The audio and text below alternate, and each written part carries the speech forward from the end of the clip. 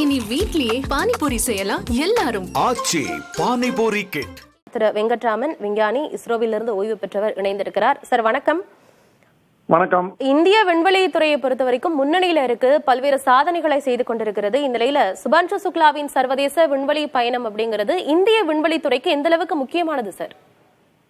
அதாவது சுபான்ஷு சுக்லா மற்றும் அந்த மீதி இருக்கிற 3 விண்வெளி வீரர்கள் ஆரம்ப கட்டத்திலே இந்தியாவில் இருந்து செலுத்தக்கூடிய ககன்யான் விண்வெளிக்கு செலுத்தக்கூடிய பயணிக்க வேண்டிய ஒரு விண்வெளி வீரர்களாகத்தான் தேர்வு செய்யப்பட்டவர்கள்.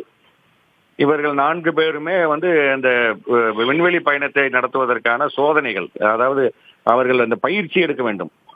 கடந்த 4-5 ஆண்டுகளாகவே ரஷ்யாவில் சென்று ஆரம்ப பயிற்சி, அதுக்கடுத்து ஒரு அட்வான்ஸ் லெவல் ஆஃப் ட்ரைனிங் என்று சொல்லக்கூடிய அந்த பயிற்சிகளிலே ஒன்றொன்று டெஸ்ட், அந்த குவாலிஃபிகேஷன் அவங்க முடித்து இன்று ஒரு பயணிக்க நிலையில் தருவாயில் சரியான ஒரு பயிற்சி பெற்றவர்களாக இருக்கிறார்கள். அந்த வகையிலே நம்மளுடைய ககன்யான் ப்ரோக்ராம் இன்னும் நடைபெற முடியாததால் அதிலே ஒருவரை தேர்வு செய்து இன்று இந்த ஆக்சியம் ஒரு மிஷன் மூலமாக சர்வதேச விண்வெளி மையத்திற்கு அனுப்புகிறார்கள். இந்த சர்வதேச விண்வெளி மையத்திலே போய் சில சோதனைகள் செய்துவிட்டு இந்தியாவை சேர்ந்த ஒருவர் விண்வெளி மையத்திற்கு முதன்முறையாக நாசாவுடைய அவங்க சோதனை களத்திற்கு ஆக்சியம் 4 என்ற மிஷன் ஃபால்கான் 9 ராக்கெட் மூலமாக அனுப்பக்கூடிய வாய்ப்பு கிடைத்திருக்கிறது. இன்று அவர் சென்றிருக்கிறார். இது அவருடைய அனுபவங்கள் நிச்சயமாக அடுத்து வரக்கூடிய காலகட்டத்திலே இந்த ககன்யான் மிஷன்ல செல்லக்கூடிய இந்திய விண்வெளி வீரர்களுக்கு ஒரு உந்துதலாக இருக்கும். அதனுடைய பலன்கள் எப்படி இருக்கும் என்பதை நாம் பயன்படுத்திக் கொள்ளலாம். அதே போல சார், அவர் அந்த 4 பேர் கொண்ட குழு 60 விதமான அறிவியல் ஆய்வுகளை மேற்கொள்ள இருக்கிறது. அதே போல இந்தியாவிற்காக சுபான்ஷு சுக்லா 7 ஆய்வுகளை மேற்கொள்ள இருக்கிறார். அது குறித்த உங்களுடைய தகவல் சார்? அதாவது விண்வெளியிலே நாம் நடத்தக்கூடிய ஆய்வு என்னன்னா, இந்த மைக்ரோ கிராவிட்டியிலே எப்படி நம்மளுடைய உடல்நிலை, மனிதனுடைய இயல்பு வாழ்க்கை எப்படி இருக்கும். அதாவது கிராவிட்டி என்று சொன்னால் அது எல்லா இடத்துலையுமே இருக்கும். விண்வெளி மையத்திலுமே கிராவிட்டி என்பது இருக்கத்தான் செய்யும். ஆனால் அந்த கிராவிட்டியை நம்ம ஓவர் கம் பண்றோம். எப்படின்னா, அவங்க போகக்கூடிய அந்த வேகம், அந்த 7.8 கிலோமீட்டர் ஒரு வினாடியில் செல்லக்கூடிய, ஒரு நொடியில் செல்லக்கூடிய அந்த வேகம் என்பது ஒரு ஆர்பிட்டல் வெலாசிட்டி. இந்த வேகத்துல தொடர்ச்சியாக அந்த விண்கலம் விழுந்து கொண்டே இருக்கிறது. ஆனால் அந்த புவியீர்ப்புடைய பலனை அவர்கள் உணர்வதில்லை. அதுதான் மைக்ரோ கிராவிட்டி.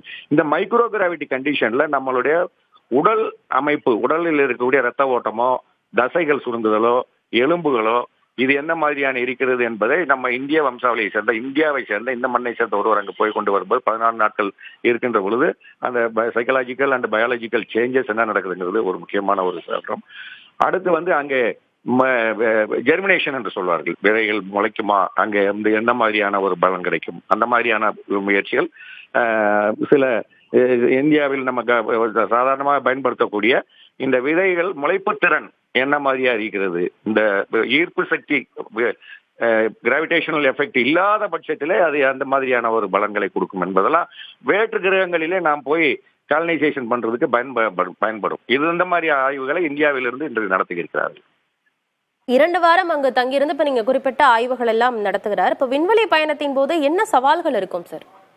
ஆக்சுவலா விண்வெளி பயணத்திலே சவால்கள் ஒரு பாதுகாப்பு 3 வகையாக சொல்லலாம். ஒன்று அசன்ட் ஃபேஸ் என்று சொல்வார்கள். பூமியில் இருந்து அந்த விண்கலம் அந்த விண்வெளி அந்த சுற்றுப்பாதை அடைகின்ற வரை ஏற்படக்கூடிய ஆபத்துகள், அசன்ட் ஃபேஸ் டேஞ்சர் அப்படின்னு சொல்லுவோம். அடுத்து ஆன் ஆர்பிட் ஸ்பேஸ் டேஞ்சர். ஆர்பிட்ல சுற்றி கொண்டிருக்கின்ற பொழுதே சில நேரங்களிலே வாயு கசிவுகள், இந்த சுனிதா வில்லியம்ஸ் போன்றவர்கள் சென்ற பொழுது ஏற்பட்ட மாதிரியான சில தொழில்நுட்ப கோளாறுகள் வருகின்ற பொழுது அது ஆன் ஆர்பிட் ஸ்பேஸ் டேஞ்சர் சொல்லுவோம். அதற்கப்புறமாக டிசன்ட் ஃபேஸ் என்று சொல்வார்கள். டிசன்ட் ஃபேஸ் என்பது மீண்டும் அந்த சுற்றுப்பட்ட பாதையிலிருந்து பிரிந்து அந்த விண்கலம் பூமியில் அடைய வேண்டும். இந்த பூமியில் அடைவது என்பது ஒரு சாதாரண விஷயம் இல்லை. அது எந்த ஆர்பிட்ல எந்த இடத்தில் அவர்கள் இறங்குவார்கள் என்பது நிர்ணயம் செய்யப்பட்டு விட்டது. எல்லா நேரங்களிலும் எல்லா இடத்திலும் வந்துவிட முடியாது.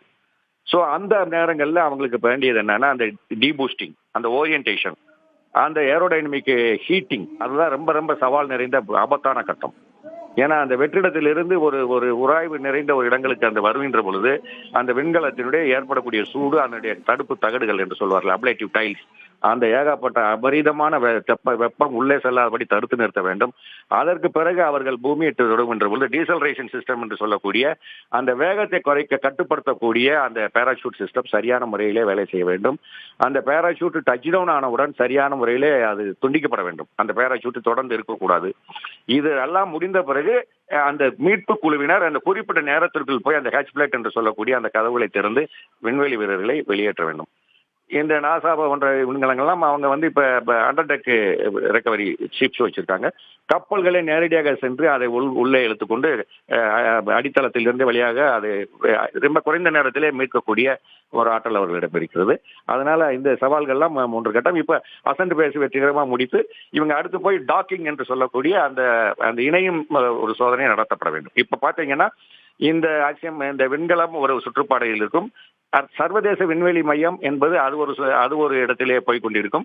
இது ரெண்டும் அது பக்கத்தில் நெருங்கி அதனுடைய ரிலேட்டிவ் வெலாசிட்டி என்று சொல்வார்கள், வேகத்தை கட்டுப்படுத்தி அது ஒன்றோடு ஒன்று இணைய வேண்டும். இணையும் பொழுது ஆல்மோஸ்ட் அதனுடைய ரிலேட்டிவ் வெலாசிட்டி 0வா இருக்கும். அந்த மாதிரி ரொம்ப வேகமா போய் இடிச்சிடக்கூடாது, ரொம்ப பின்தங்கியும் இருக்கக்கூடாது. ஸோ அது 28 மணி நேரம் என்று எதிர்பார்க்கப்படுகிறது.